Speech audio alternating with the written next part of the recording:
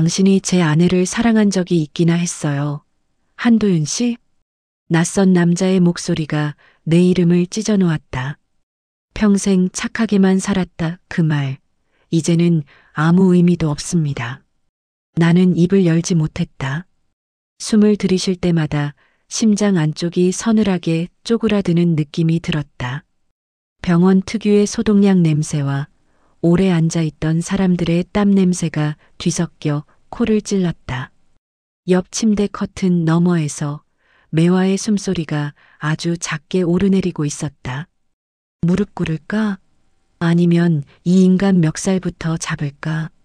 둘 다 늦었지. 나는 천천히 고개를 들었다. 형사인지 보호자인지 그 남자의 명찰은 흐릿하게 흔들려 제대로 읽히지 않았다. 대신 그의 시선이 정확하게 겨누고 있는 건 내 손바닥이었다. 오른손에 쥐고 있던 작은 브로치. 매화가 평생 가슴에 달고 다니던 금색 테두리가 달아 무늬가 거의 지워진 꽃 브로치.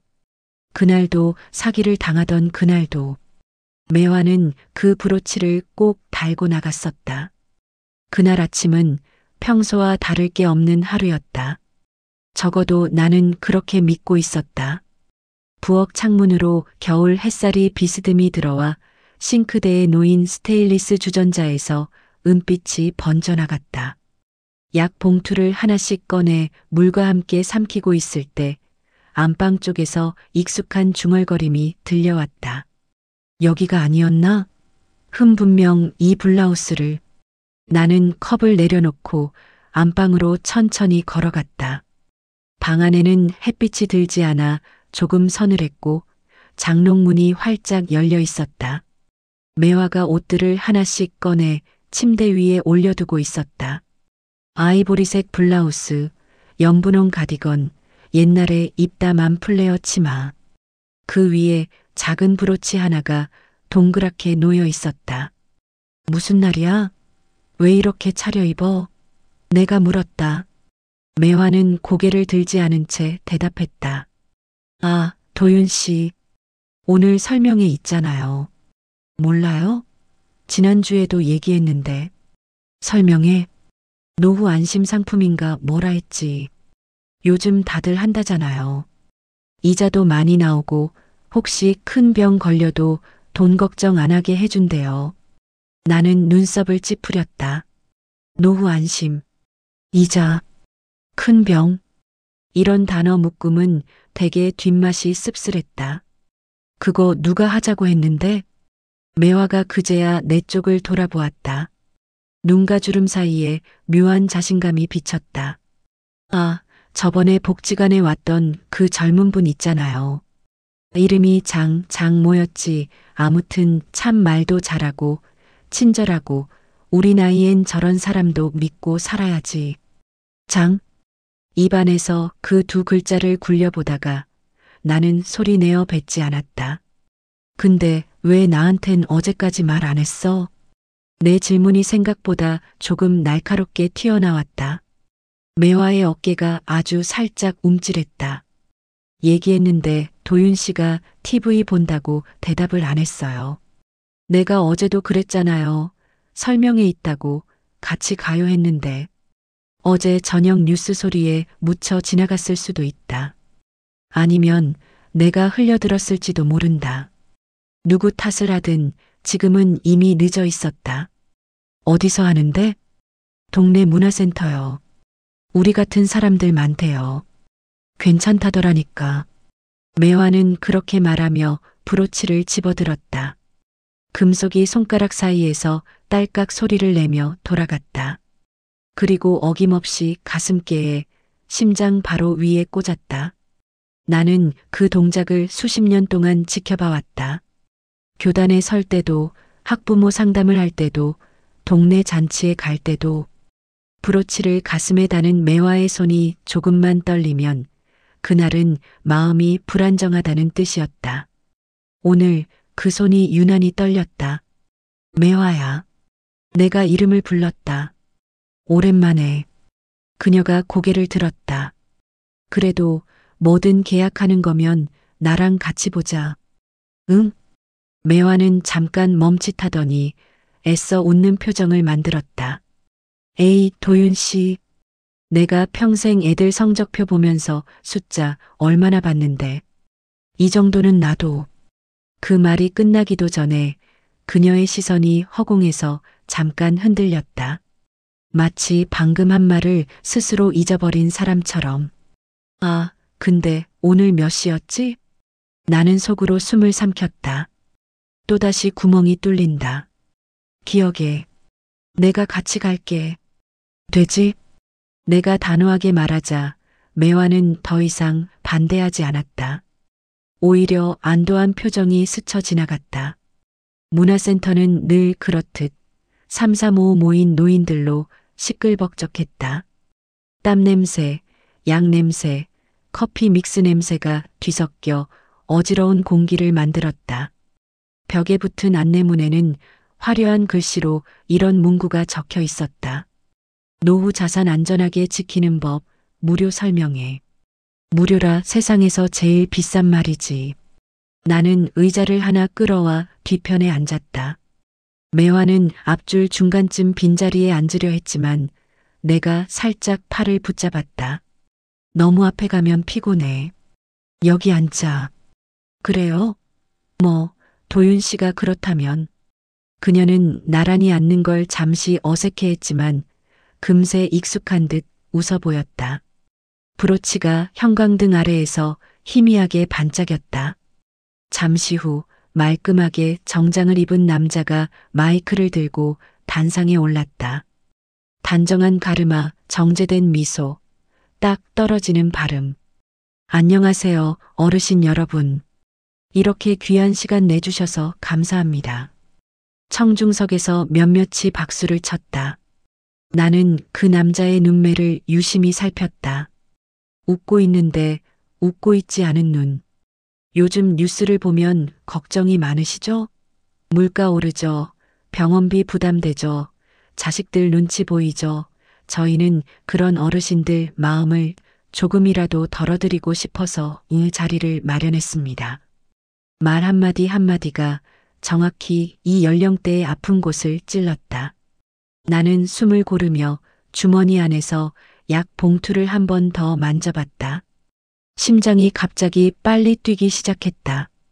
이 목소리, 익숙했다.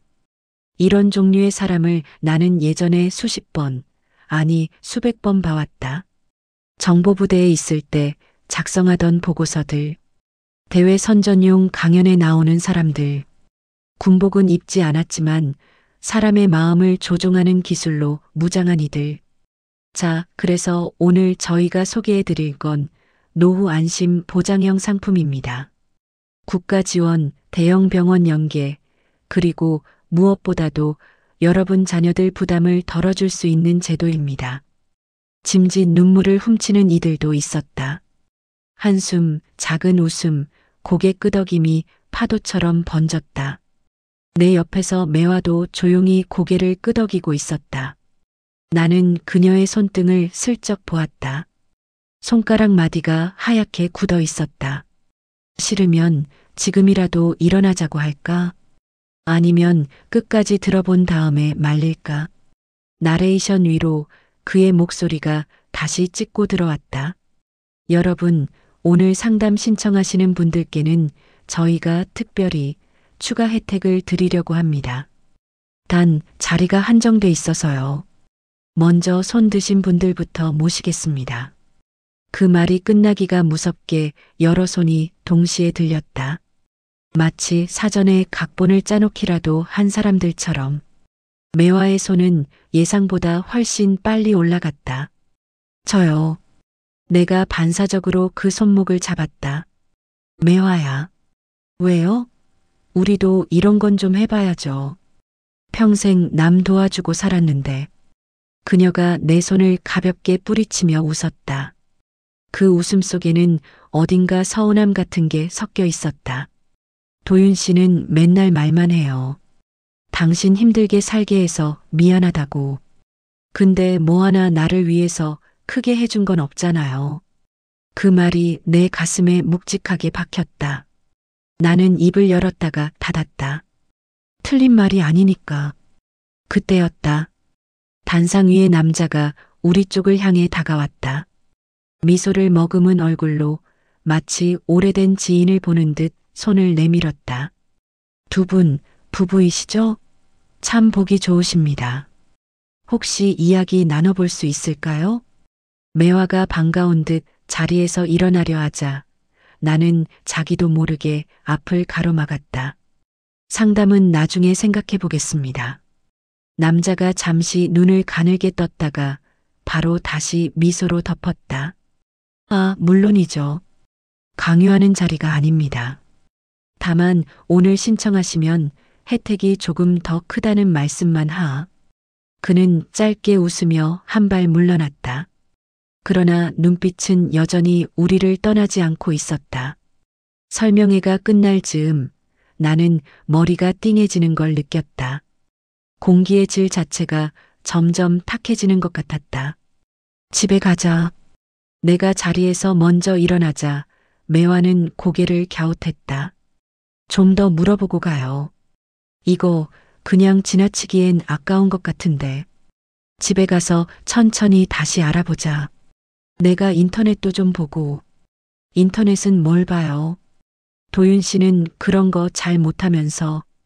매화는 쓴웃음을 지었다. 그 말이 어쩐지 가슴을 콕 찔렀다.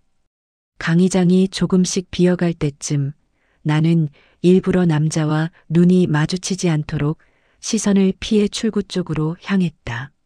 그런데 뒤쪽 구석에서 누군가의 시선이 내 뒷목을 찌르는 느낌이 들었다. 고개를 아주 조금만 돌려보았다. 그 순간 파란 재킷을 입은 젊은 여자가 스마트폰을 들고 우리를 향해 뭔가를 찍는 듯한 자세를 취하고 있었다. 뭐야, 저 사람. 눈이 마주치자 그녀는 황급히 고개를 돌렸다. 하지만 입술이 아주 작게 움직이는 건 보였다. 또 노인들 잔치네. 속삭임이 흘러나오는 방향을 따라 나는 잠깐 걸음을 멈췄다. 매화는 눈치채지 못한 듯 안내 데스크 쪽으로 다가가고 있었다. 저기요, 상담은 어디서? 나는 재빨리 다가가 그녀의 팔을 붙잡았다. 매화야, 오늘은 그냥 가자니까. 도윤 씨, 왜 그래요? 나도 나름 생각이. 그 순간 내 심장 한쪽이 쿡 하고 찔렸다. 숨이 잠깐 막혔다. 식은땀이 이마에 맺혔다. 지금 아프면 안 된다. 지금은 화장실 좀 다녀올게. 여기서 기다려. 나는 간신히 그 말을 남기고 복도 쪽으로 걸어 나갔다. 수도꼭지에서 찬물을 콸콸 틀어 손으로 퍼 얼굴에 끼얹었다. 찬물 냄새, 낡은 배수구의 쇠 비린내가 코 속으로 밀려들었다. 정신 차려라, 한도윤. 예전엔 이런 놈들 상대하는 게 일이었다. 거울 속에 비친 내 얼굴은 생각보다 더 늙어 있었다. 주름 사이에 끼어 있는 피로와 죄책감. 그 틈새로 오래전에 지워버렸다고 믿었던 기억 하나가 슬그머니 고개를 들었다. 그때도 나는 너무 늦게 눈치챘지. 심장이 다시 한번 쿵 내려앉을 때 복도 저편에서 요란한 소리가 들려왔다. 사람들이 우르르 움직이는 기척, 바닥을 끄는 의자 소리, 누군가 다급히 이름을 부르는 목소리. 어머님, 어머님, 잠깐만요. 그건. 나는 반사적으로 그쪽으로 뛰어갔다. 계단 쪽 입구에서 매화가 서 있었다. 손에는 계약서로 보이는 서류철과 볼펜 하나가 꽉 쥐어져 있었다. 그 옆에는 아까 그 남자 단상에 서 있던 장명수가 서 있었다. 매우 공손한 자세로 그러나 확실히 조급한 표정으로 어머님 여기요. 이 마지막 서명만 해주시면 오늘부로 바로 적용됩니다. 아버님이랑 상의는 나중에 하셔도 되고요. 매화는 약간 멍한 표정으로 종이를 내려다보고 있었다. 브로치가 또 한 번 형광등 아래서 반짝였다. 내 발밑에서 오래된 타일이 삐걱 소리를 냈다. 그 소리와 동시에 매화의 펜촉이 종이 위를 스치려는 순간이었다. 나는 거의 반사적으로 앞으로 튀어나갔다. 매화야, 쓰지 마. 내 목소리가 내 생각보다 훨씬 크게 복도를 울렸다. 장명수의 시선이 천천히, 아주 천천히 내 쪽으로 돌아왔다. 그 눈동자 깊은 곳에서 나는 익숙한 무언가를 보았다.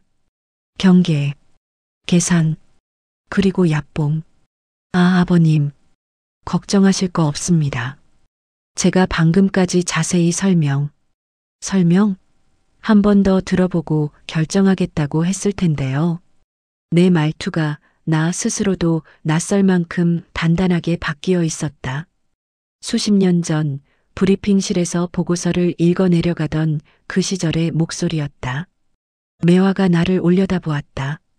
그 눈동자 속에는 사기 걱정보다 더 먼저 떠오른 감정이 숨어 있었다. 서운함, 그리고 이해받고 싶다는 오래된 바람. 나도 한 번쯤은 도윤 씨한테 기대지 않고 결정해 보고 싶었는데 그 한마디에 나는 완전히 입을 다물어 버렸다. 장명수의 시선이 그 틈을 파고들었다. 어머님 말씀이 맞습니다, 아버님. 평생 가족 위해서 희생하셨잖아요. 이번 한 번쯤은 어머님 뜻도 존중해 드릴 수 있지 않겠습니까? 저놈 사람 말을 칼처럼 쓰는군. 나는 심장이 한 번 더 요동치는 걸 느꼈다. 심장 박동 소리가 귀 안쪽에서 북처럼 울렸다. 여기서 밀리면 오늘이 끝이 아니다. 손바닥 안쪽에서 땀방울이 맺혔다. 나도 모르게 꽉 쥐고 있던 주먹 사이로 손톱이 살갗을 파고드는 감각이 전해졌다. 그때 매화가 아주 조용한 목소리로 말했다. 도윤 씨, 나는 그녀를 바라보았다.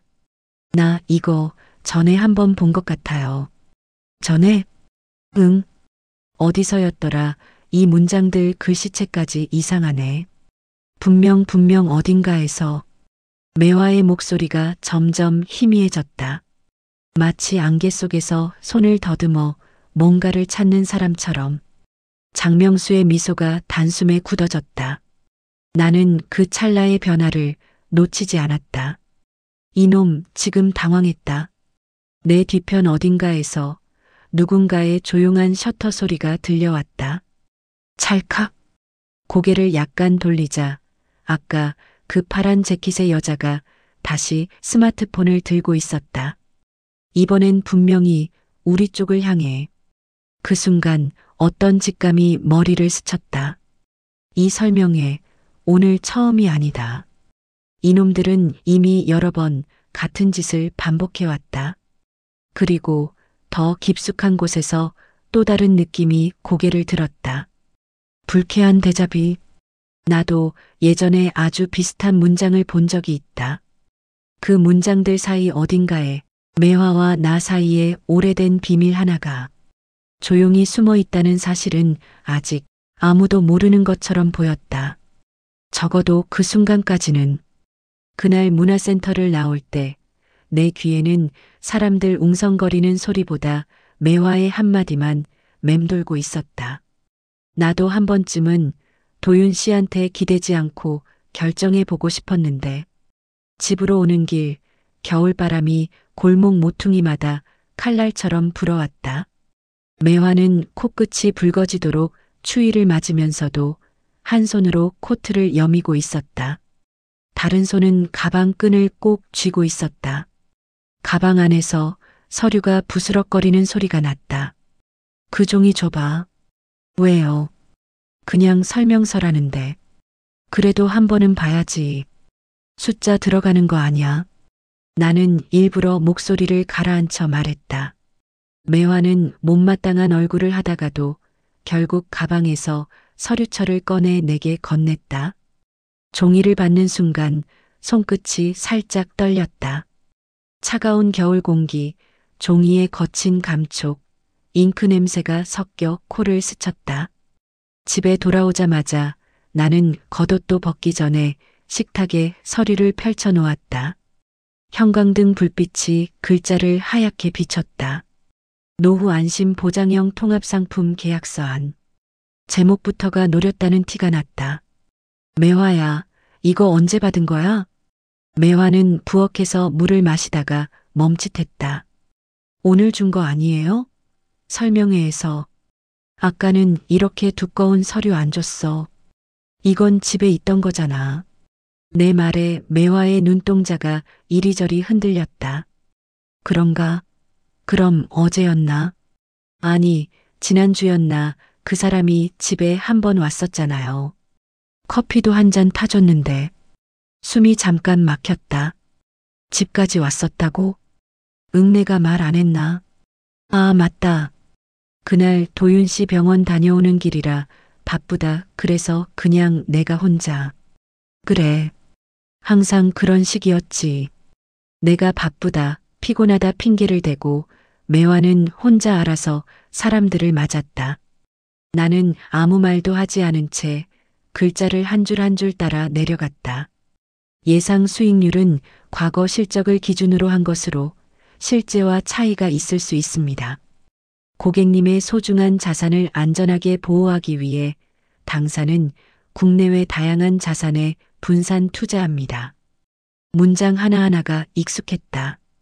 요즘 어디서나 볼 수 있는 상투적인 표현이라 그럴 수도 있었다.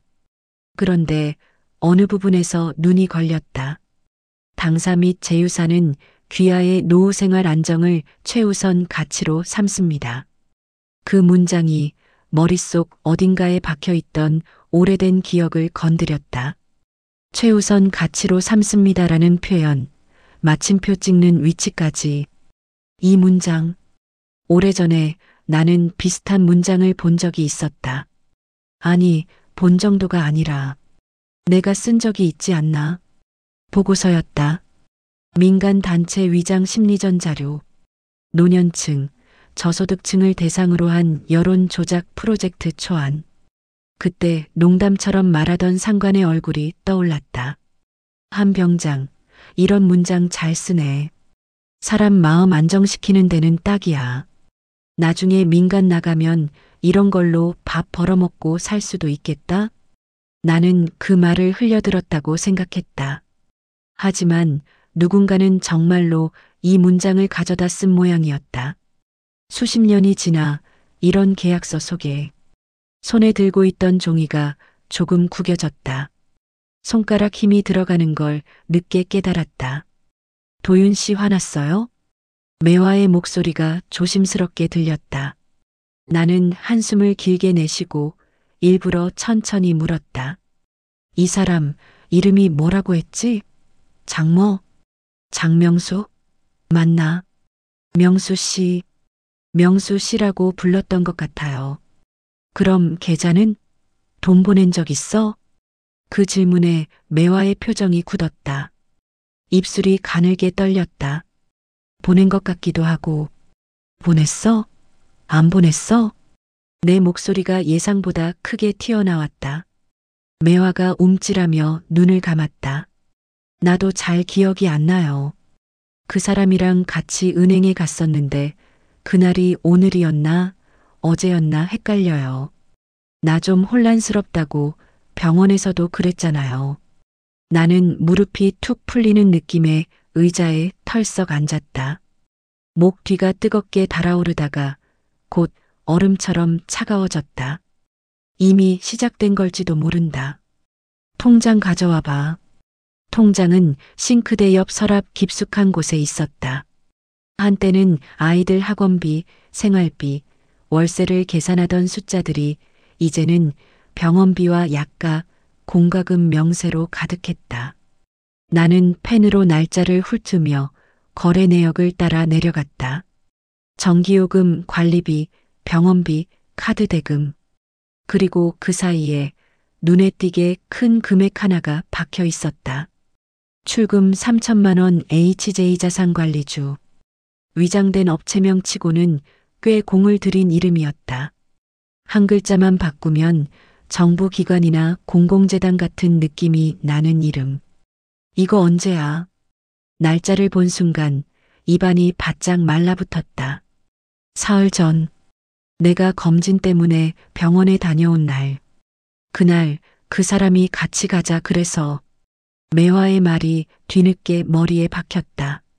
나는 천천히 고개를 들었다. 매화는 식탁 맞은편에서 두 손을 맞잡고 앉아 있었다. 브로치가 식탁 위 불빛을 받아 조용히 빛났다. 아까 문화센터에서보다 더 잘 보였다. 작게 난 흠집 하나. 매화가 평생 아끼던 물건이라면 애초에 나 있었을 리 없는 상처였다. 이 흠집 언제 생겼어? 내가 묻자 매화는 브로치를 들여다보았다. 원래 이렇게 생기지 않았었나? 아니, 없었어. 나도 맨날 봤잖아. 나는 브로치를 손가락으로 살살 돌려보았다. 빛의 각도에 따라 흠집이 선명하게 드러났다 사라졌다. 마치 누군가 일부러 긁고 간 것처럼 일정한 방향의 자국이었다.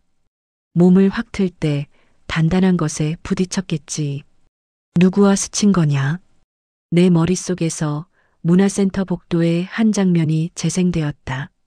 매화가 계약서에 서명하려던 순간 내가 달려들어 그 손목을 잡아당겼고 그때 옆에 있던 장명수의 팔꿈치가 스치듯 지나갔다.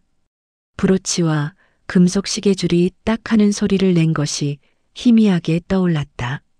매화야. 왜요 또? 그 사람 시계 봤지? 은색이었지? 굵은 줄로 된. 그걸 내가 어떻게 기억해요. 얼굴도 잘. 매화는 손으로 관자놀이를 눌렀다. 그 동작이 너무도 익숙했다. 요즘 들어 자주 하던 생각이 도망가는 순간의 몸짓. 나는 더 묻지 않았다. 대신 브로치를 조심스럽게 손안에 쥐었다. 차가운 금속이 손바닥 온도를 천천히 빼앗아 갔다. 밤이 깊어갈수록 지방 공기가 무거워졌다. 벽시계 초침 소리가 유난히 크게 들렸다. 매화는 안방에서 TV를 켜놓고 꾸벅꾸벅 졸고 있었다. 뉴스 앵커의 목소리와 예능 프로그램의 웃음소리가 뒤섞여 의미 없는 소음처럼 흘러나왔다. 나는 식탁에 홀로 앉아 있었다. 앞에는 계약서, 통장, 볼펜, 그리고 브로치. 심장이 한 번씩 불규칙하게 튀었다. 약 봉투를 열어 알약을 꺼내 삼키고 물을 벌컥 마셨다. 평생 착하게만 살았다. 오늘 문화센터에서 그 남자가 했던 말, 매화가 했던 말, 내가 스스로에게 수없이 되뇌었던 말, 그리고 그 말 뒤에 아무에게도 하지 않았던 진실 하나. 정말 그랬나? 나는 계약서 맨 아래쪽을 다시 펼쳐보았다. 잘 쓰인 문장들 사이에 작은 글씨가 빼곡히 박혀 있었다. 본 상품 계약과 관련하여 당사 및 제휴사는 귀하의 노후 생활 안정을 최우선 가치로 삼습니다. 손가락으로 그 문장을 덮었다. 기억이 아주 천천히 그러나 분명하게 떠올랐다. 1987년 겨울 지방 모도시 민간 기업 형태로 위장한 심리전 프로젝트. 그때 나는 보고서 제목을 이렇게 적었다. 고령층 대상 노후 안심 이미지 구축 방안. 그리고 그 밑에 내가 직접 썼던 문장이 있었다. 우리는 그들의 노후 생활 안정을 최우선 가치로 삼는다는 인식을 심어야 한다. 한 글자도 다르지 않았다. 30년이 넘는 시간이 지나 그 문장이 그대로 이 계약서 속에 박혀 있었다. 손에 쥔 브로치가 더 차갑게 느껴졌다. 이 사기, 그냥 돈 몇 푼 빼먹고 도망가는 장난이 아니다. 내 과거 어딘가와 연결됐다. 그 순간 현관문 쪽에서 아주 작은 진동 소리가 났다. 문틈으로 누군가가 전단지를 끼우고 간 모양이었다. 나는 일어나 슬리퍼를 끌고 현관으로 갔다. 문을 열자 겨울 냄새가 한 움큼 들어왔다. 발 앞에 전단지 한 장이 떨어져 있었다. 노후 안심 보장형 무료 상담 지금 바로 전화하세요. 하단에 적힌 연락처 옆 아주 작게 적힌 자잘한 회사 이름. HJ자산관리주 심리분석팀. 심리분석? 민간 회사에선 잘 쓰지 않는 표현이었다. 나는 전화번호를 한 번, 회사 이름을 또 한 번 쳐다보았다. 그리고 아주 천천히 전단지를 접어 식탁 위 계약서 옆에 올려두었다. 심장이 쿵 하고 한 번보다 더 크게 내려앉았다. 그래, 인정하자. 이 판은 우연이 아니다. 식탁 위 브로치의 금속 표면에 거실 불빛이 비쳤다. 그 빛 속에서 30년 전 내 서명이 겹쳐 보였다. 그때는 나라를 위해 한다고 믿었다. 지금은 누군가의 노후를 뜯어먹는 데 쓰이고 있었다. 나는 손등으로 얼굴을 거칠게 쓸어내렸다. 평생 착하게만 살았다고? 아니야, 한도윤. 내가 만든 판 위에서 이놈들이 춤추고 있는 거다. 그 생각이 가슴을 파고드는 순간 안방 쪽에서 매화의 목소리가 새어나왔다. 도윤 씨, 나 오늘 그 사람을 어디서 본 것 같아요.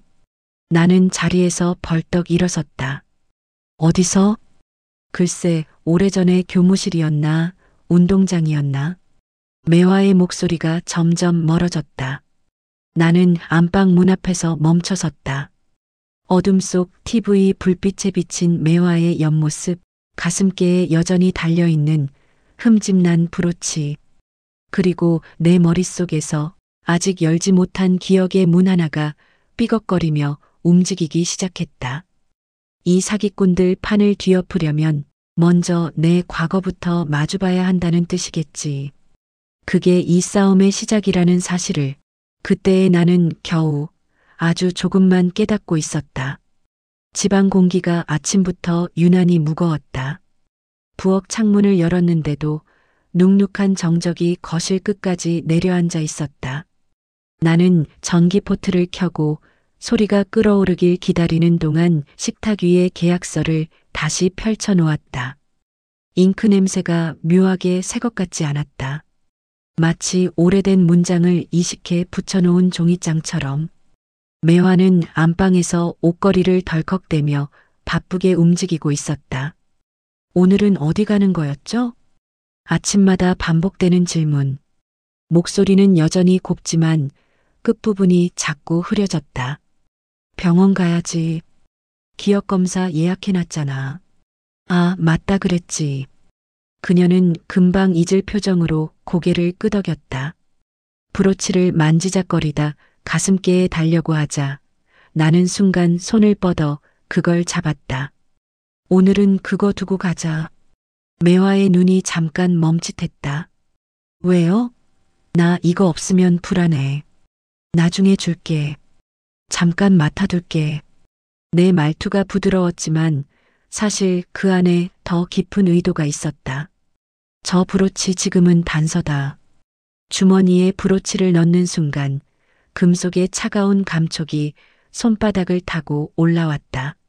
마치 나한테 시간이 없다라고 속삭이는 것처럼. 병원 진료실로 들어가자 특유의 소독약 냄새가 콧속을 쿡 찔렀다. 의사는 차트를 들여다보며 조심스러운 표정으로 말을 꺼냈다. 최근에 스트레스를 많이 받으신 것 같습니다. 판단 실수나 감정 변화가 더 잦아질 수 있어요. 매화가 작은 목소리로 말했다. 제가 요즘 자꾸 같은 꿈을 꿔요. 어떤 꿈인데? 나는 무심한 척 물었지만 손가락 끝에 힘이 더 들어갔다. 학교 운동장에서요. 누가 나를 불러요. 그런데 얼굴이 안 보여요. 분명 아는 얼굴인데. 나는 의사 모르게 숨을 훅 들이켰다. 운동장. 그 단어가 이상했다. 매화가 오래전 교사였던 건 맞다. 하지만 그녀가 누군가 자신을 불렀다고 말한 건 처음이었다. 의사가 메모하며 말했다. 기억 조각이 파편처럼 떠오르는 겁니다. 강한 감정이 붙은 기억일 가능성이 높아요. 강한 감정. 나는 그 말의 무게를 느꼈다. 무언가 오래된 기억이 깨어나려는 건가 아니면 이미 누군가가 건드린 건가. 병원을 나와 주차장으로 가는 길 매화는 갑자기 내 손을 붙들었다. 도윤 씨, 응, 나 그 사람 장명수 씨. 어디서 본 것 같다고 했잖아. 심장이 한번 크게 둔탁하게 울렸다. 그래. 혹시 우리 예전 학교에 온 적 있었을까? 그 말이 나를 멈춰 세웠다. 그 사람이 왜? 글쎄, 그게 기억이 자꾸 엉켜요. 근데 운동장 교무실 그런 게 떠올라요.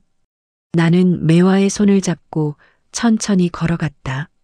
하지만 머릿속은 이미 조용한 폭풍이었다. 장명수 학교?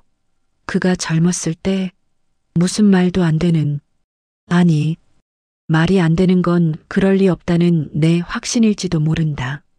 집에 돌아오자마자 나는 컴퓨터를 켜고 키보드를 천천히 눌렀다.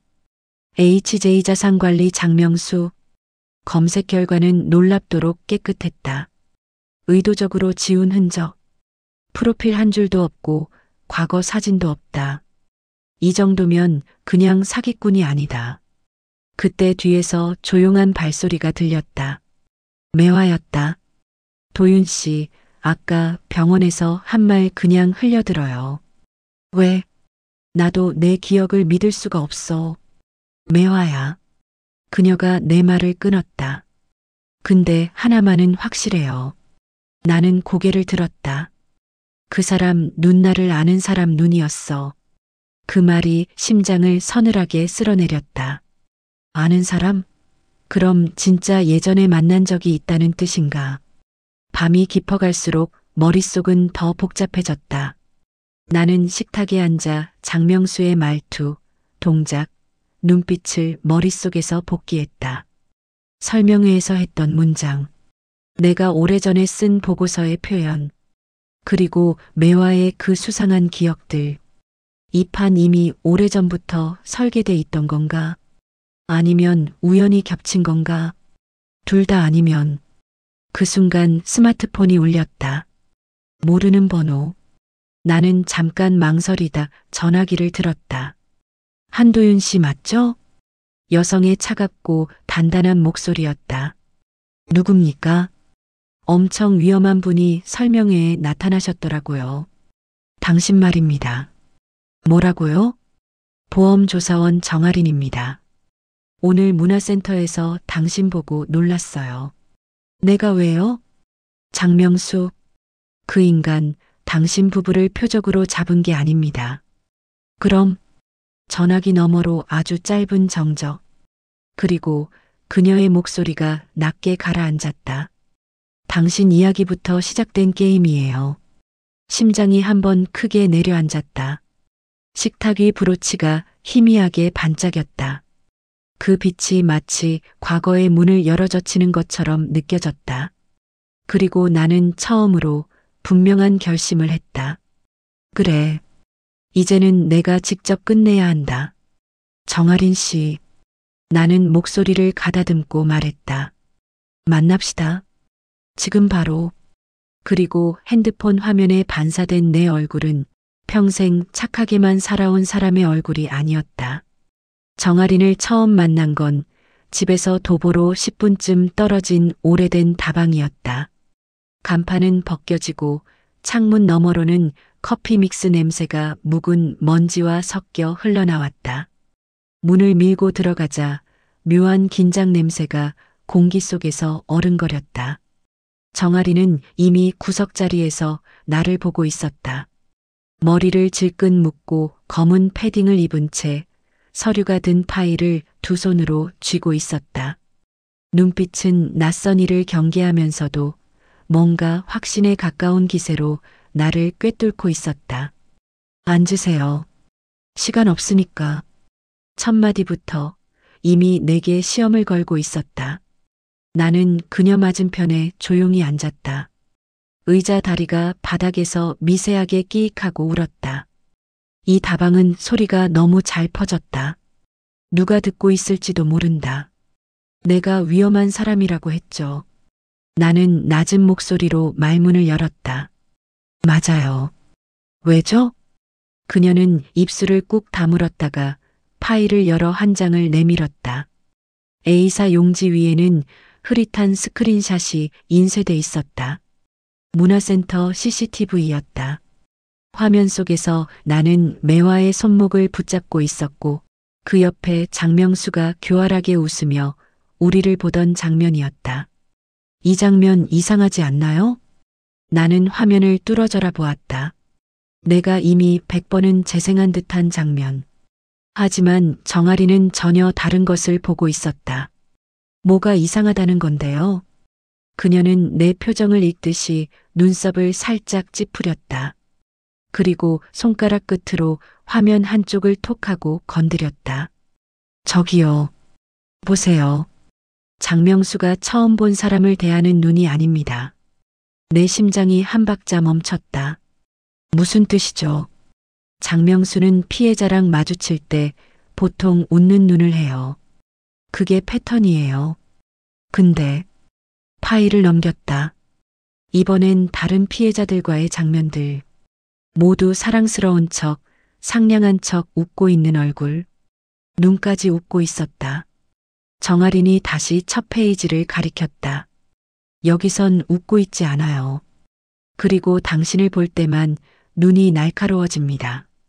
나는 침을 삼켰다. 다방 안이 갑자기 더 차갑게 느껴졌다. 그 눈은요, 낯선 사람을 보는 눈이 아닙니다. 기억하고 있는 사람을 보는 눈이에요. 그녀의 말이 공기 중에 오래 맴돌았다. 내가 그 사람을 알고 있다고요? 아니요. 그녀는 의자를 조금 앞으로 당겼다. 그 사람이 당신을 알고 있는 겁니다. 머릿속이 뒤틀렸다. 매화의 말, 운동장의 기억, 브로치의 흠집, 계약서의 문장. 모든 조각이 흐릿하게 뒤엉켜 있었다. 나는 쓴웃음을 지었다. 그렇게까지 큰 판이라고요? 내가 뭐라고? 정아리는 짧게 비웃었다. 한도윤 씨, 당신 군 정보부대 출신이죠. 나는 숨이 턱 막혔다. 그걸 어떻게 해? 정아리는 파일에서 또 한 장의 종이를 꺼냈다.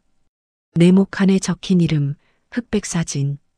이름은 흐릿하게 지워져 있었고 군번이 반쯤 가려진 채로 기록된 오래된 면담 보고서였다. 이 자료 누가 준 줄 아세요? 나는 말없이 그녀를 응시했다. 장명수 조직 내부 제보자요. 단 그 제보자는 이미 죽었습니다. 머리 뒤쪽이 전기라도 흐르듯 저릿했다. 그럼 그는 왜 나를? 복수해요. 정아리는 목소리를 낮췄다. 정확히는 누군가가 오래전에 만든 심리전 문장들을 따라 써먹고 있는 놈들이 있다는 뜻입니다. 보고서 속 문장. 그 문장을 썼던 기억. 30년 전의 나. 이게 결국 내 과거 때문이라는 건가? 그래서 뭐가 위험하다는 건데요? 당신을 알고 온 놈을 상대하려면 당신도 상대를 알아야죠.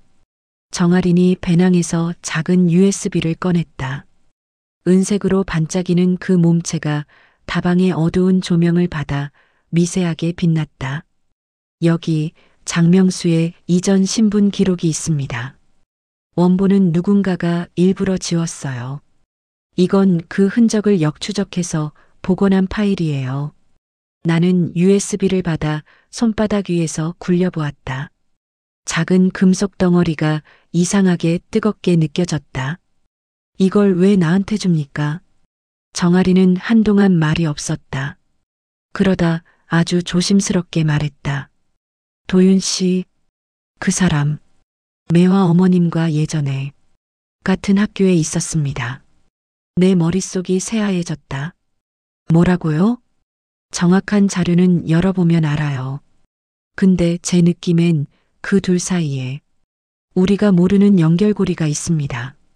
나는 숨을 길게 들이쉬었다. 다방 냄새, 먼지, 오래된 가죽의자 냄새가 뒤섞여 묘하게 속을 울렁거리게 했다. 정아린 씨, 나는 아주 더디게 말을 꺼냈다. 매화를, 아내를 훔쳐보듯 바라보던 그놈의 눈.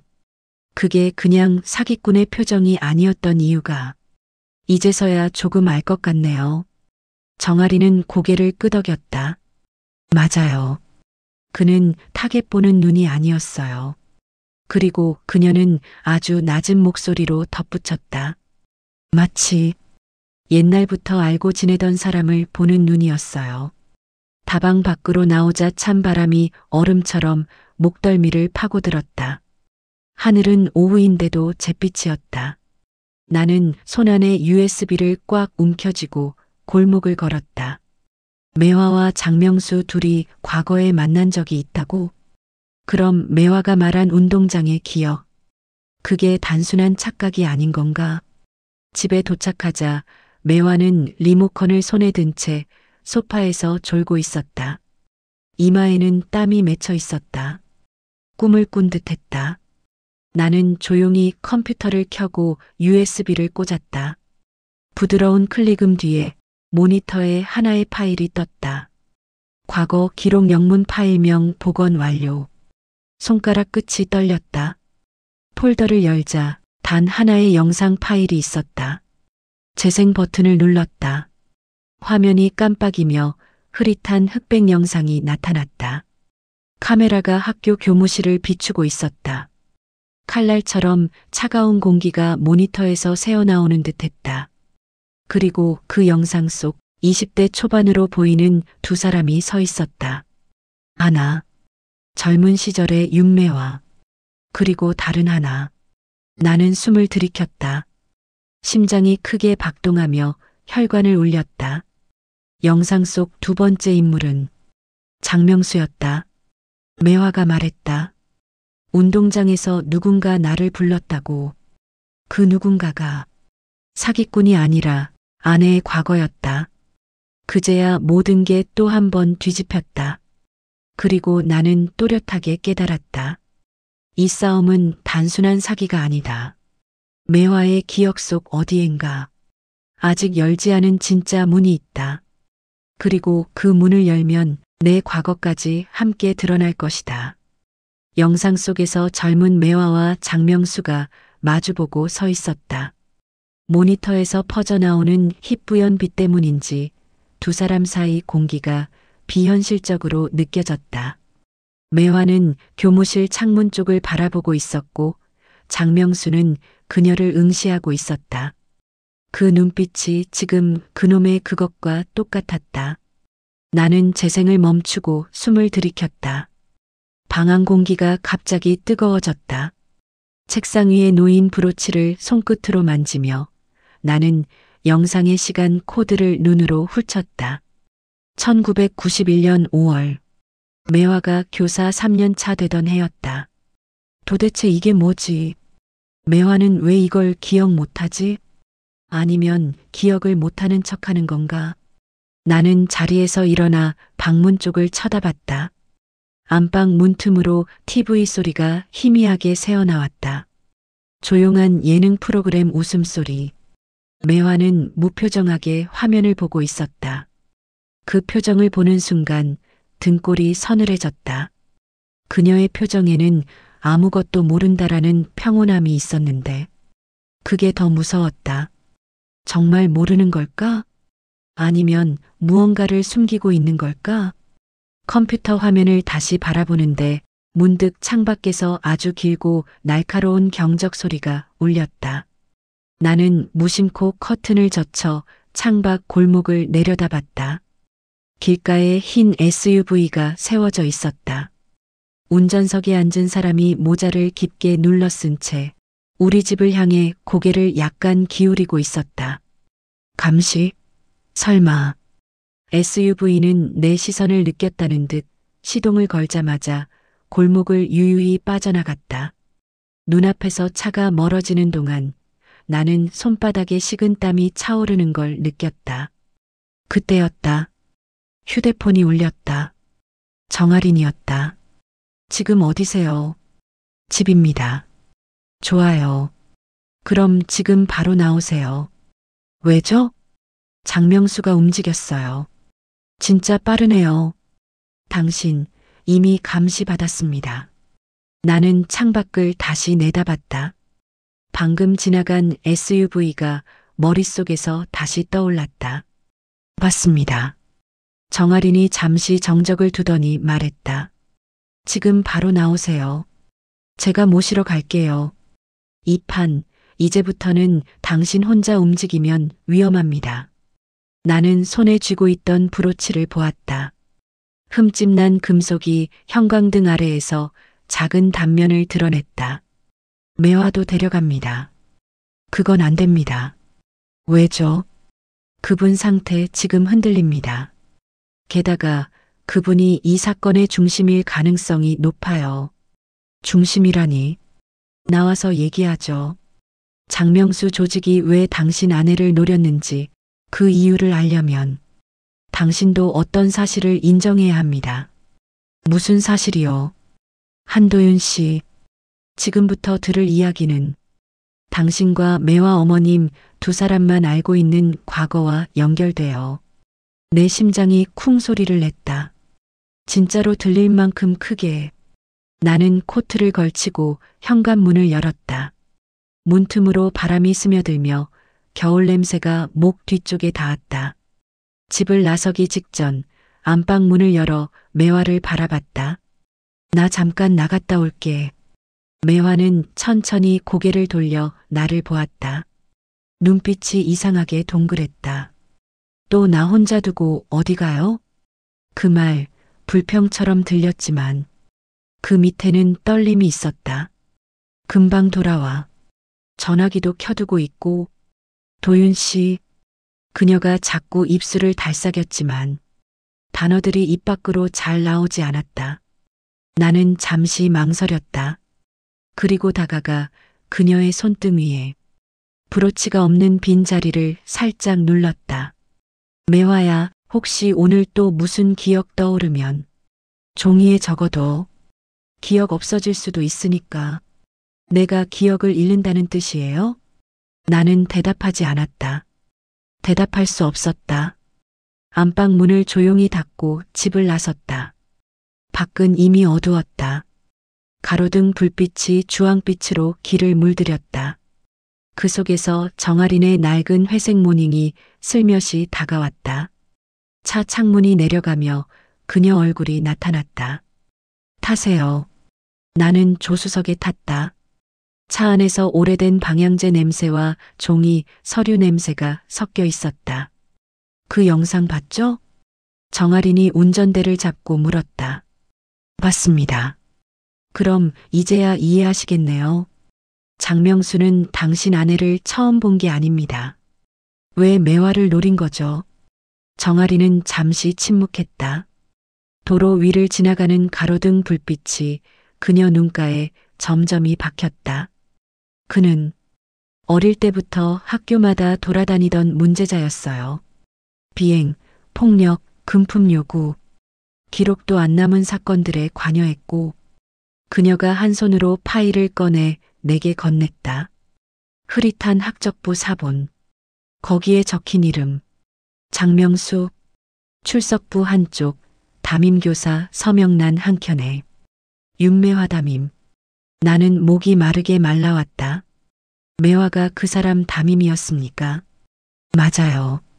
문제아였고 당신 아내는 그 아이를 유독 잘 챙겼던 것 같아요. 그걸 왜 지금까지 말 안 했죠? 정아리는 천천히 내 얼굴을 봤다. 그녀가 기억을 잃었을 수도 있고 애초에 말할 이유가 없었을 수도 있습니다. 무슨 뜻입니까?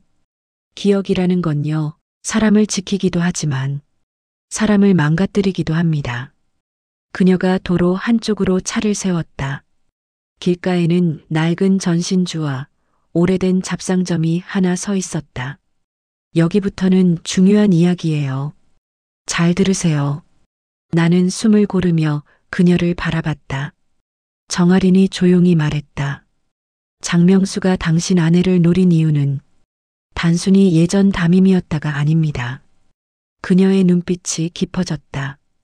그 남자에게 당신 아내는 평생 지워지지 않는 약점이었어요. 약점?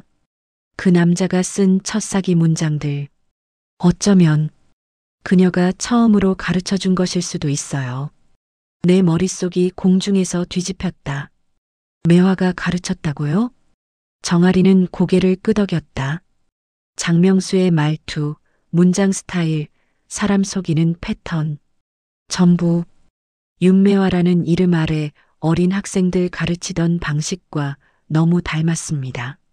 나는 그 말의 의미를 천천히 곱씹었다. 가슴속이 서늘해졌다. 말이 목구멍에서 뭉쳐나오지 않았다. 정아린이 마지막으로 덧붙였다. 그리고 중요한 건 그게 아닙니다. 그녀가 아주 흐린 목소리로 말했다. 당신 아내는 장명수의 인생에서 첫 번째 피해자였을지도 모릅니다.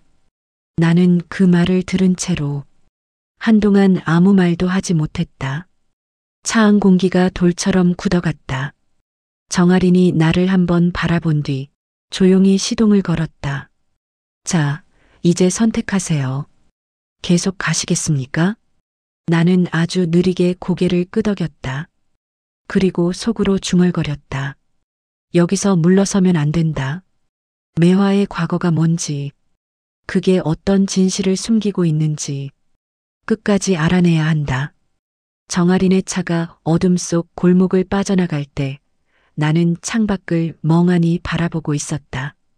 겨울밤 공기는 유리창을 차갑게 얼리고 가로등 불빛이 물결처럼 흔들렸다. 머릿속에서는 단 하나의 말만 맴돌았다. 매화가 장명수의 첫 피해자? 그 말은 단순한 설명이 아니라 내 지난 40년을 통째로 뒤집어버리는 칼날과도 같았다. 정아린이 조용히 브레이크를 밟았다. 차가 인적 없는 공영주차장 한켠에 멈춰섰다. 그녀가 숨을 길게 내쉬며 말했다. 이제부터가 진짜 시작이에요. 나는 대답 대신 주머니에서 브로치를 꺼내 손바닥 위에 올려놓았다. 형광등 아래에서 금속 표면이 간신히 빛을 받아 흔들렸다. 틈 사이에 박힌 흠집, 그걸 보고 있자 숨이 가빠졌다. 하린 씨, 내 목소리가 살짝 갈라졌다. 이 브로치 매화가 이걸 언제부터 달고 다닌 줄 압니까? 글쎄요. 오래됐다면서요. 아닙니다. 결혼 전부터 있었던 물건이 아닙니다. 정아린이 고개를 돌렸다. 눈빛이 날카롭게 바뀌었다. 그럼 매화가 교사 그만둔 뒤 어느 날 아무 말도 없이 이걸 달고 나갔습니다. 그해 겨울부터 그럼 그 해가 나는 짐짓 아무렇지 않은 척 말했다. 영상에 찍힌 그날과 같습니다. 1991년 봄. 정아린은 말없이 숨을 들이켰다. 그리고 조용히, 아주 조용히 물었다. 혹시 그 해에 무슨 일이 있었나요?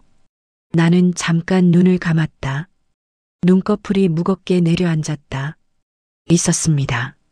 근데 그 이야기를 하려면 아내에게 먼저 물어봐야 합니다. 집에 돌아오니 거실 불빛이 꺼져 있었다. 매화는 안방 문을 조금 열어둔 채 불도 켜지 않고 침대에 앉아 있었다.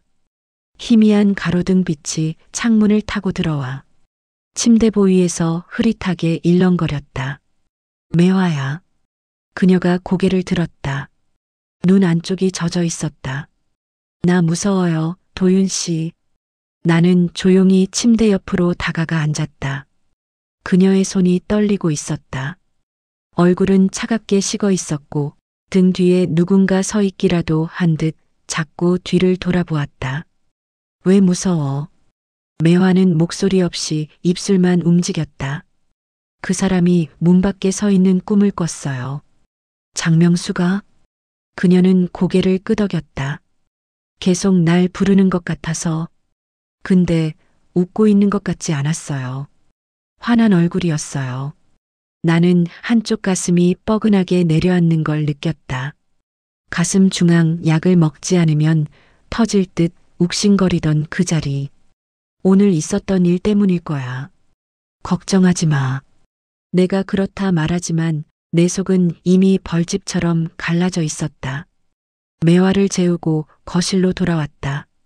컴퓨터를 켜고 USB 파일을 다시 열려고 하자 폴더가 하나 더 생겨 있었다. RECOVEREDOLD 이게 뭐야? 나는 클릭했다. 이번엔 문서 파일 하나. 제목은 단순히 기억 복원 보고서. 그 안에는 한 줄로 이렇게 적혀 있었다. 윤매화 1991년 상담 기록 일부 복원. 손끝이 굳었다. 잠깐 멍해졌다. 스크롤을 내렸다. 흑백 스캔본 같은 문장이 나타났다. 학생 장호의 담임 교사 윤매화에게 지속적으로 병원비, 용돈을 요구하는 사건 발생. 장호은 담임 교사에 대한 특이한 집착 행동을 보이며 거부시 분노 폭발 및 폭언 지속. 해당 교사는 아이를 불쌍하게 생각한다며 여러 차례 개인 비용으로 지원. 그리고 마지막 줄. 교사는 사건 진술을 거부함. 그 아이를 지켜야 한다고만 반복. 나는 손으로 입을 가렸다. 숨이 잘 들어오지 않았다. 매화가 그놈을 지켜줬다고? 왜? 무슨 이유로? 그 순간 안방 쪽에서 미세한 소리가 났다. 문틈 사이로 불빛이 흔들렸다. 나는 천천히 일어나 안방으로 향했다. 문을 살짝 밀자 매화가 침대 위에서 흰 종이를 들고 있었다. 도윤 씨 이거. 종이 위에는 삐뚤삐뚤한 글씨로 두 문장이 적혀 있었다. 나는 그 아이에게 마지막까지 거짓말을 했다. 그 아이는 내가 배신했다고 생각했을 거다. 그 글자는 매화의 손에서 갓 적힌 듯이 떨려 있었다. 매화야 이게 무슨 뜻이야?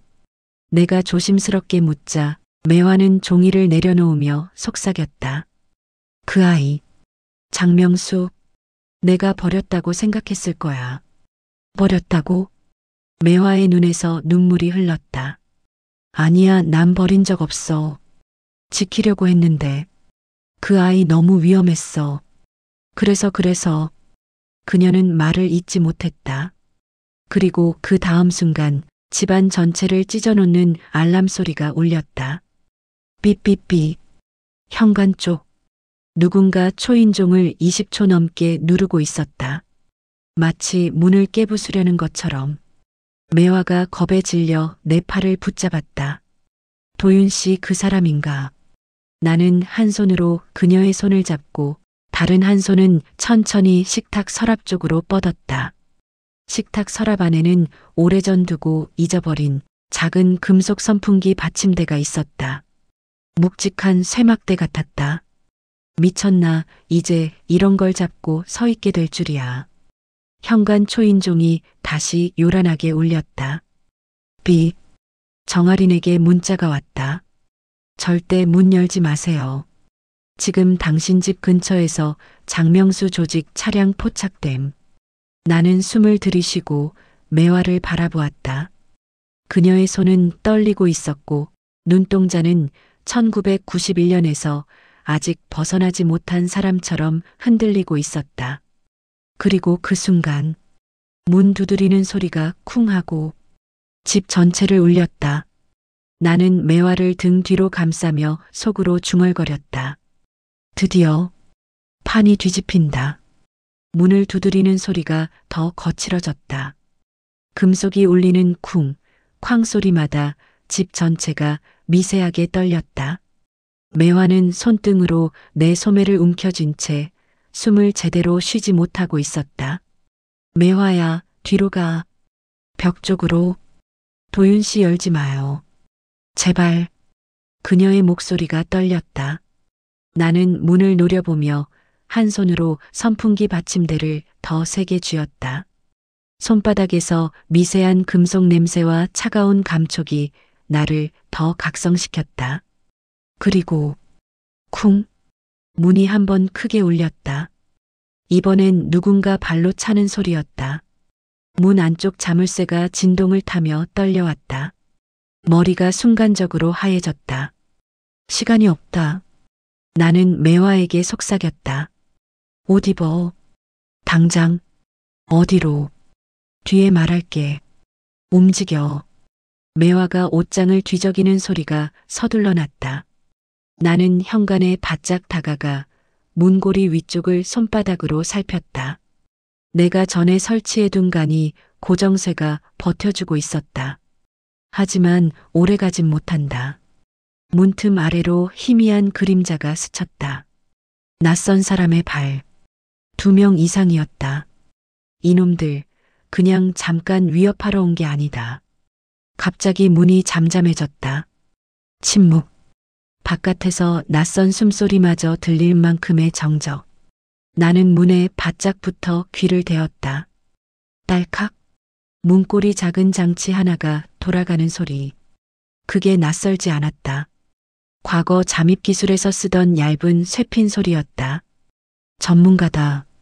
내가 중얼거린 순간 쾅! 문이 안쪽으로 밀려왔다. 고정쇠가 삐걱거리며 버티다가 금속이 찢어지는 소리를 냈다. 매화야, 나랑 와. 나는 그녀의 손을 잡고 안방 쪽으로 뛰었다. 현관에서 남자 둘이 들이닥치는 소리가 동시에 들렸다. 잡아. 저쪽으로 갔다. 복도 끝에서 발자국이 거칠게 울리며 가까워졌다. 나는 매화를 데리고 안방 뒤편 벽장 문을 열었다. 여기 들어가. 빨리. 도윤 씨, 말 들어. 매화를 벽장 속에 넣고 외부에서 보이지 않도록 안쪽 이불과 외투로 덮어줬다. 그녀의 손이 내 손목을 꽉 잡았다. 같이 있어요. 아니야. 지금은 분리돼야 살아. 나는 손목을 살짝 비틀어 그녀 손을 뗐다. 눈을 마주친 순간 매화의 눈동자 안에 어린아이 같은 공포가 떠올랐다. 나는 그녀를 안에 쓰게 하고 벽장 문을 아주 살짝 벌려 숨 쉴 틈을 만들었다. 절대 움직이지 마. 그리고 속삭였다. 내가 찾으러 올게. 문을 닫으며 손이 떨렸다.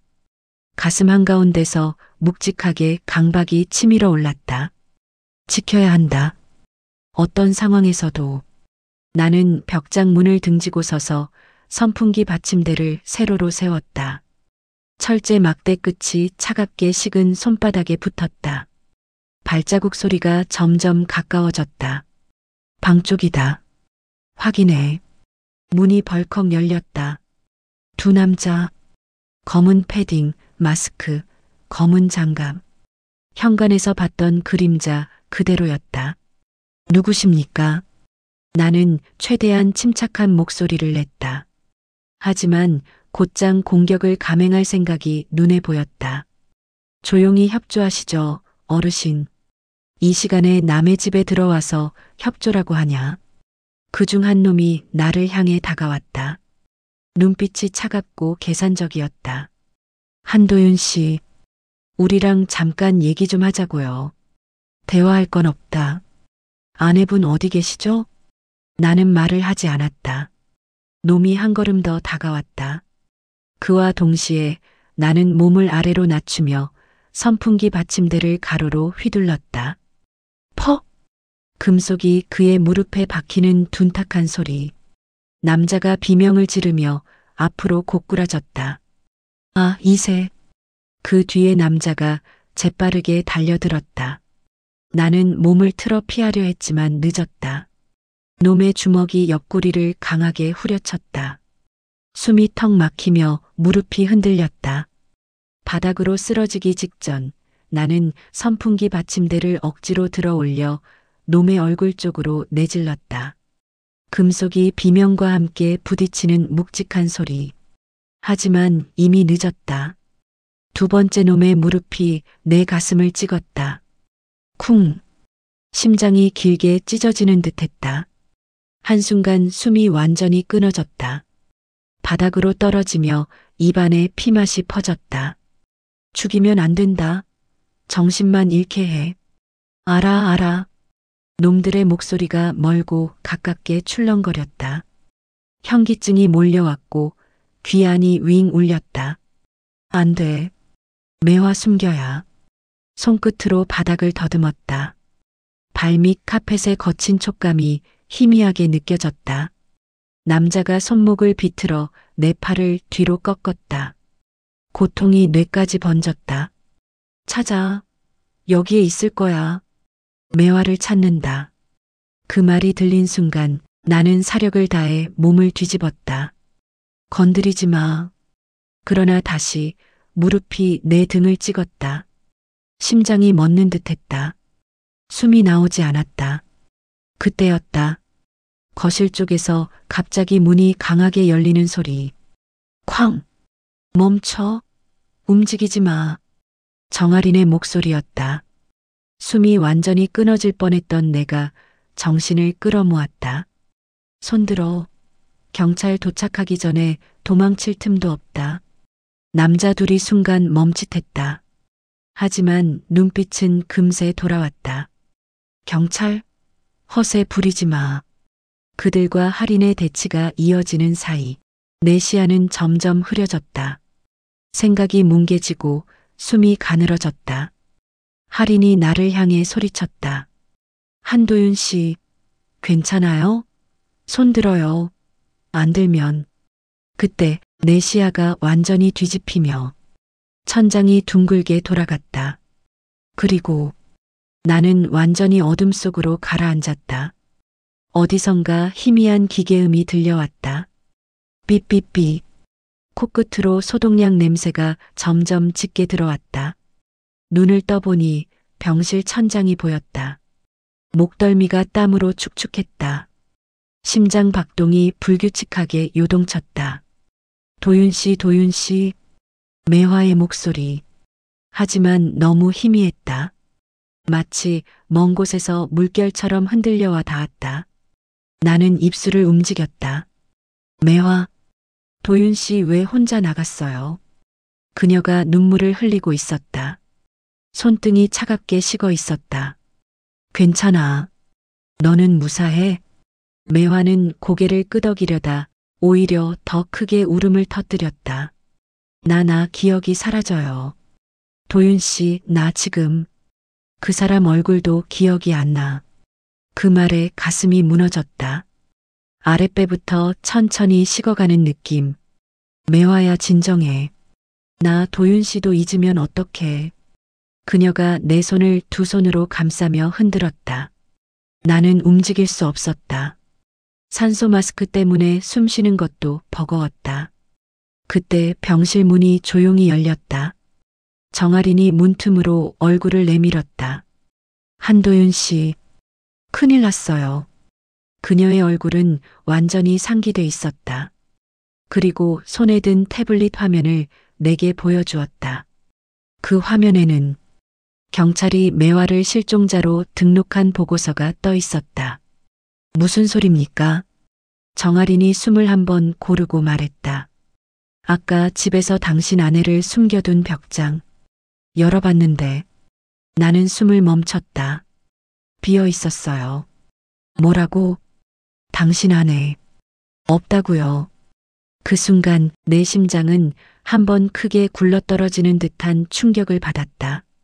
그리고 이어지는 말. CCTV 확인했는데 매화 어머님이 스스로 걸어서 밖으로 나가는 장면이 잡혔어요. 머릿속이 새하얘졌다. 스스로 나갔다고?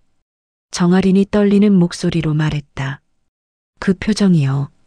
당신이 알던 매화 어머님이 아니었습니다. 침대 위에서 나는 몸을 일으키려 했지만 심장이 다시 쿵 하고 크게 내려앉았다. 정아린이 마지막으로 덧붙였다. 나가기 직전 그녀는 카메라를 쳐다보며 웃었어요. 그 순간 내 모든 의심과 공포가 하나의 문으로 이어지고 있었다. 매화가 사라졌다. 그리고 그녀는 알고 있었다. 심전도 모니터에서 삐삐 일정한 음이 흐르고 있었다. 하지만 내 심장은 모니터 속 리듬과 다르게 가끔씩 떨어지고 튀고 비틀렸다. 병실 공기가 더 이상 숨 쉴 수 없을 만큼 답답하게 느껴졌다. 스스로 걸어나갔다고요. 내 목소리는 바닥에 떨어진 금속 조각처럼 건조했다. 정아린이 고개를 끄덕였다. 그러나 그 끄덕임은 확신이 아닌 두려움에 가까웠다. 내 분명히 본인의 의지로 나갔어요. 누가 끌고 간 게 아니라 말도 안 되는 상황인데 어딘가 설명되지 않는 섬뜩한 논리가 있었다. 그건 내가 오래전부터 눈치만 보고 외면했던 진실의 물꼬였다. 매화가 왜? 내 입술이 떨렸다. 그렇게까지 할 이유가 없었는데 정아린이 한 발 다가왔다. 그녀의 눈이 깊고 조심스러웠다. 그 질문 이제는 저도 묻고 싶어요. 나는 침대에서 몸을 일으켰다. 심장이 순간적으로 쪼그라들며 통증이 번졌지만 나는 손으로 침대 난간을 꽉 잡고 버텼다. CCTV 영상 보여줘요. 정아리는 조용히 고개를 끄덕이며 태블릿을 켰다. 다시 그 화면이 나타났다. 복도 끝 병실 문이 열리고 매화가 천천히 걸어 나온다. 뒤도 한번 돌아보지 않았다. 걸음걸이는 흐트러졌지만 표정은 너무나 또렷했다. 나는 화면에 얼굴을 가까이 댔다. 심전도 모니터가 급격하게 불규칙해졌다. 그녀가 카메라를 올려다보는 순간 나는 목을 뒤로 젖혀 숨을 들이켰다. 매화는 웃고 있었다. 그 미소는 내가 아는 매화의 미소가 아니었다. 교사 시절 아이들에게 조용히 건네던 미소도 아니고 결혼식 날 웅크린 손가락으로 내 넥타이를 잡아 끌며 웃던 그 미소도 아니었다. 그건 마치 아주 오래전에 잊어버렸다고 믿었던 어떤 역할을 다시 꺼낸 사람의 얼굴이었다. 정아린이 떨리는 목소리로 말했다. 그녀의 뇌는 오래된 기억을 잃고 있었죠. 그런데 잃는 과정에서 어떤 기억은 오히려 강해지기도 합니다. 무슨 소립니까? 때로는 지워야 했던 기억이 다시 올라와요. 나는 화면을 멍하니 바라봤다. 손끝이 서늘했다. 이상하게 매화의 미소가 슬프게 느껴졌다. 저건 해방의 표정인가? 아니면 복수의 표정인가? 정아린이 말을 이었다. 도윤 씨, 혹시 1991년에 무슨 일이 있었는지 아내에게 물어보신 적 있나요? 아닙니다. 그럼 당신도 모르겠네요. 나는 목소리가 조금 갈라졌다. 무얼요? 정아리는 눈을 들었다. 가벼운 한숨을 내쉬며 말을 시작했다. 장명수가 학교에서 마지막으로 한 사건. 알고 계세요? 아니요. 그 아이. 마지막으로 매화 선생님을 찾아갔습니다. 상담실 뒤편으로 내 등줄기에 찬 기운이 흘렀다. 그래서요. 정아리는 잠깐 자료를 확인하더니 조용히 말했다. 그리고 다음 날 장명수는 학교에서 사라졌어요. 전학도 퇴학도 아니었어요. 기록 자체가 지워져 있습니다.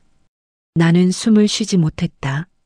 그런데 이상한 건 같은 시기 윤매화 교사도 한 달간 병가를 냈다는 기록이 있어요. 이유는 불명. 나는 더 이상 말을 잇지 못했다. 기억, 브로치, 상담 기록, 매화의 흔들리는 말, 그리고 장명수의 그 낯익은 눈빛, 그 모든 조각이 같은 이미지를 향해 모이고 있었다. 하린 씨, 나는 건조하게 말했다. 매화는 지금 어디 있을까요? 정아리는 숨을 들이켰다.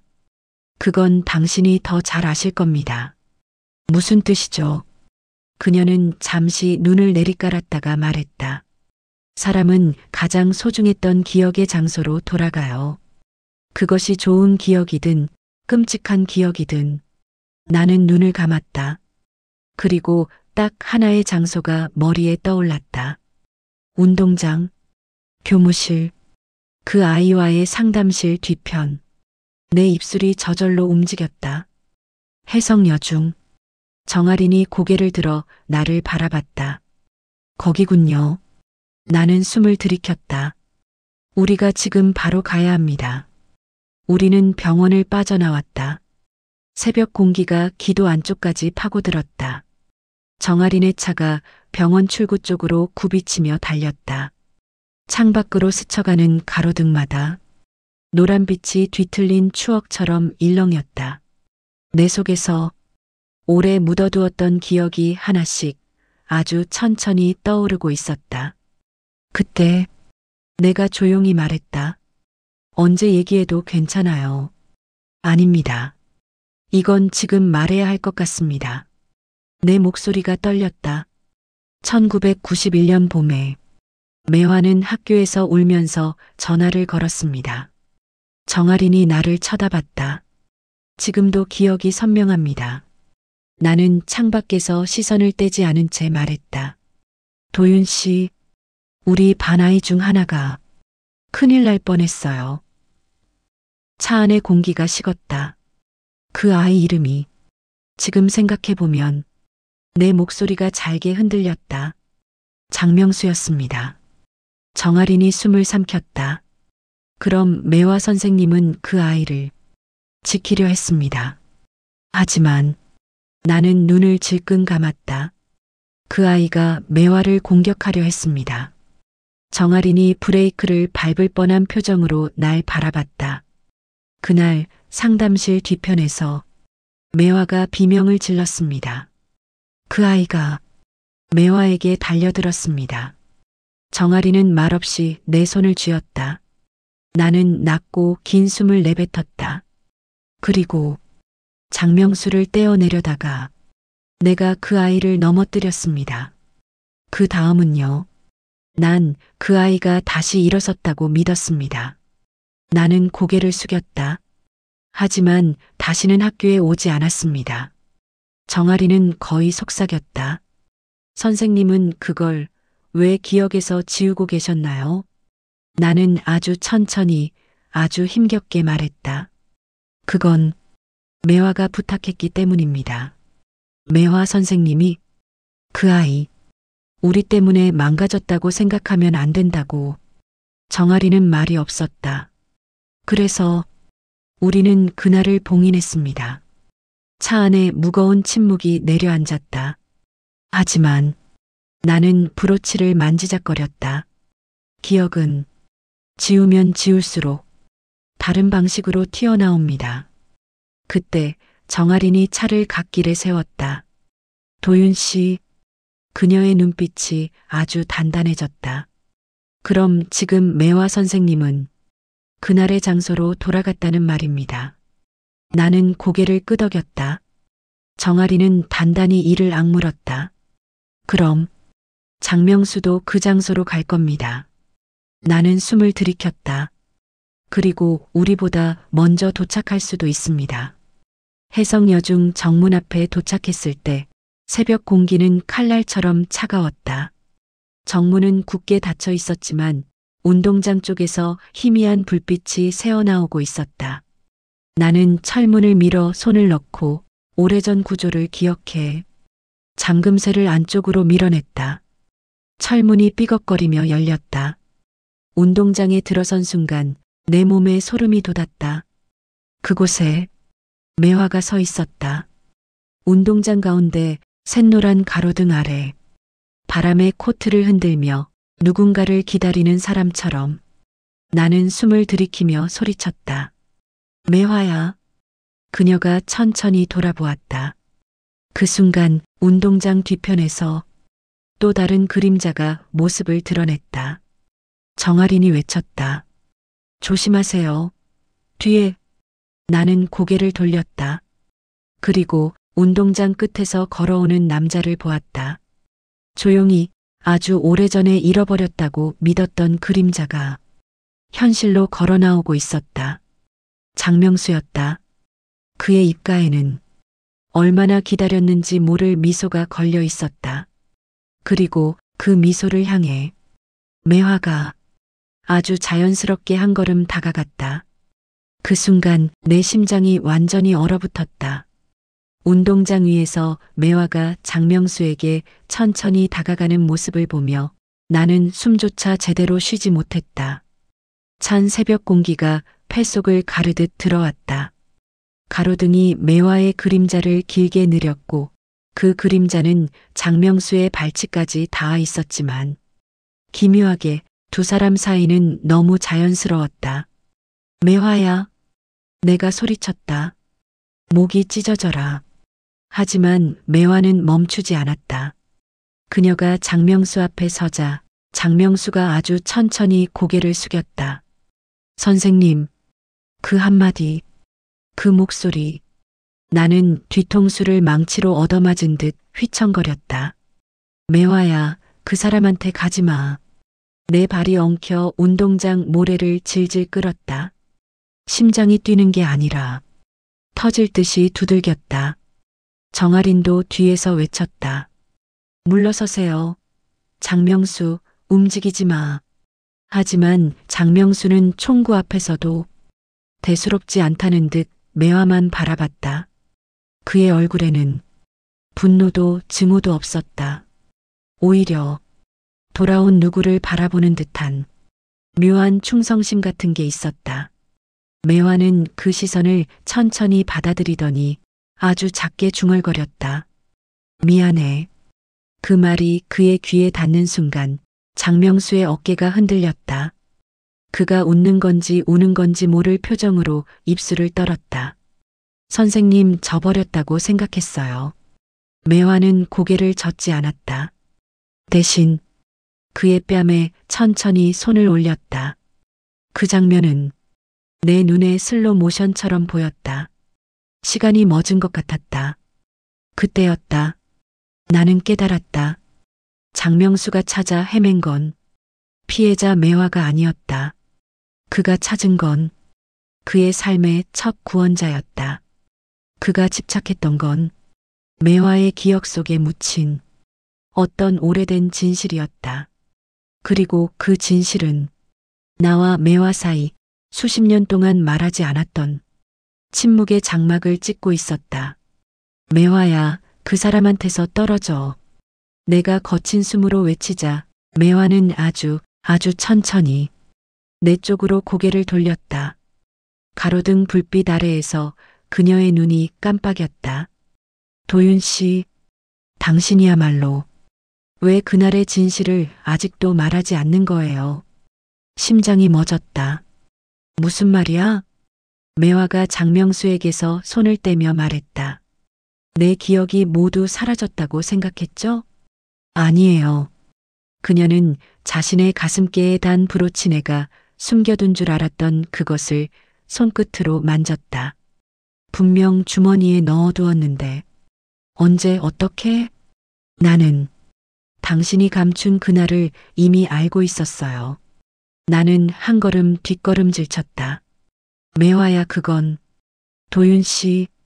그녀가 내 이름을 또렷하게 불렀다. 그 아이가 사라진 이유 당신이 모른다고 생각해요? 내 머릿속에서 종이 찢어지는 소리가 들리는 듯했다. 오래 감춰둔 기억이 충격으로 그대로 튀어나오는 감각. 매화야, 그건 내가 원해서. 맞아요. 그녀는 고개를 끄덕였다. 내가 원해서 그날의 진실을 감춘 거예요. 나는 숨을 멈췄다. 1991년 상담실 뒤편에서 울던 매화. 그 아이를 붙잡고 흔들며 내 잘못이야. 중얼거리던 그녀. 그리고 그날 이후 장명수가 사라졌던 이유를 나는 내가 그를 밀쳐 넘어뜨려서라고만 기억하려 하고 있었다. 하지만 매화가 마침내 말을 이었다. 그 아이를 구한 건 당신이 아니었어요. 내 머리가 얼음처럼 굳었다. 뭐? 매화는 한 걸음 걸어 나왔다. 그녀의 목소리가 너무나 나직하고 차분했다. 그날 그 아이를 밀친 건 내가 아니에요. 매화야, 그날은 당신이 아니고. 그녀의 눈이 나를 찌르는 듯 바라봤다. 내가 밀었어요. 내가 그 아이를 멀리 떨어뜨려 버린 거예요. 당신은 그걸 막으려고 뛰어왔고 숨이 완전히 턱 막혔다. 정아린이 말없이 우리 둘을 봤다. 장명수는 그 말을 듣는 순간 몸이 굳었고 표정이 일그러졌다. 선생님이 날 밀었다고요? 매화는 고개를 끄덕였다. 그러고는 말할 수 없이 슬픈 웃음을 지으며 말했다. 미안해. 널 지키려고 했는데 그때 난 그 방법밖에 몰랐어. 그 순간 내 안에서 오래 잠들었던 진실 하나가 갑자기 되살아났다.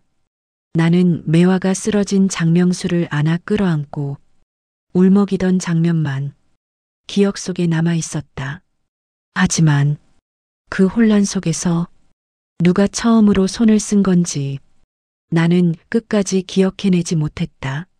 아니, 정확히는 기억하고 싶지 않았던 것이다. 매화가, 그 조용한 매화가 아이를 상처 입힌 손이었다는 사실을, 그 아이를 지키려다 무너뜨린 손이었다는 것을, 그리고 나는 그걸 평생 대신 짊어지고 살았다. 그게 우리 부부의 평온해 보였던 삶의 진짜 기둥이었다.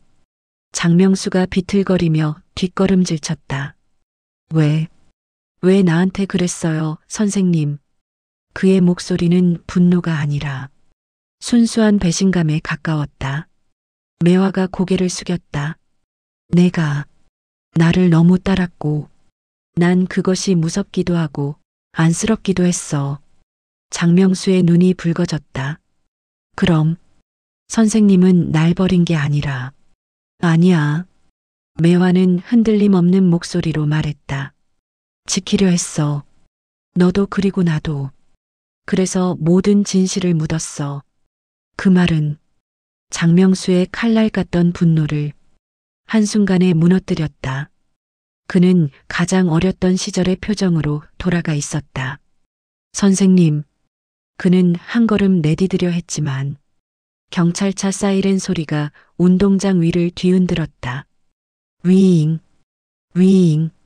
순간 장명수가 뒤를 돌아보며 도망칠 틈을 찾기 시작했다. 정아린이 외쳤다. 멈춰. 도망치면 발포한다. 하지만 그는 총구보다 매화만 바라보고 있었다. 선생님, 난 그가 매화 쪽으로 뛰려는 순간 내 몸이 먼저 움직였다. 나는 장명수의 앞을 가로막으며 손을 뻗었다. 이제 그만해라. 비켜요. 매화는 내가 생각하는 그런 신이 아니야. 내 목소리가 떨렸지만 분명한 힘이 있었다. 너도, 그녀도 내가 30년 동안 죄책감으로 버텨야 했던 이유야. 장명수의 발걸음이 멈췄다. 그의 눈이 흔들렸다. 정아린이 빠르게 다가오며 그의 손목에 수갑을 걸었다. 장명수는 저항하지 않았다.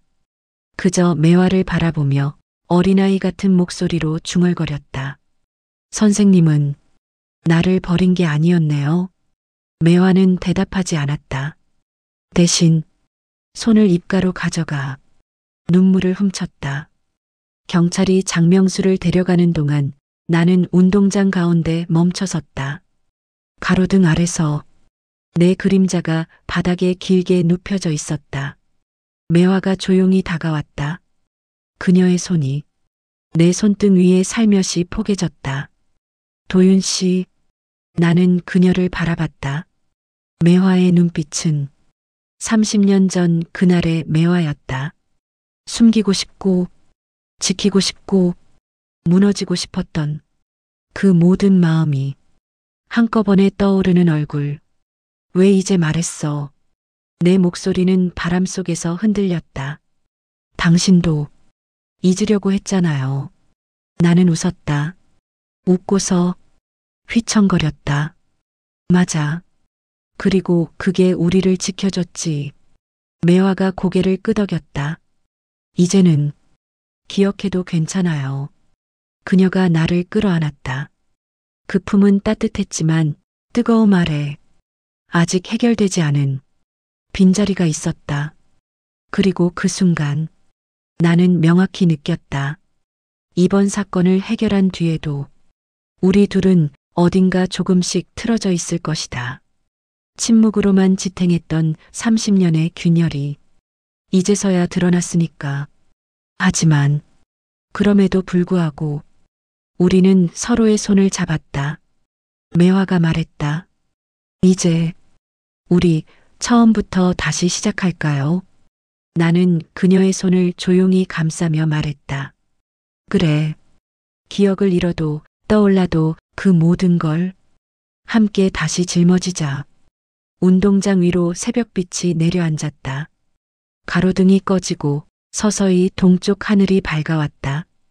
그 빛 속에서 매화의 얼굴이 조금씩 환해지고 있었다. 나는 그 얼굴을 다시 처음 보는 사람처럼 바라보았다. 그리고 깨달았다. 이 여정의 마지막 반전은 누군가의 죄나 복수가 아니라 우리가 서로를 다시 선택했다는 사실이었다.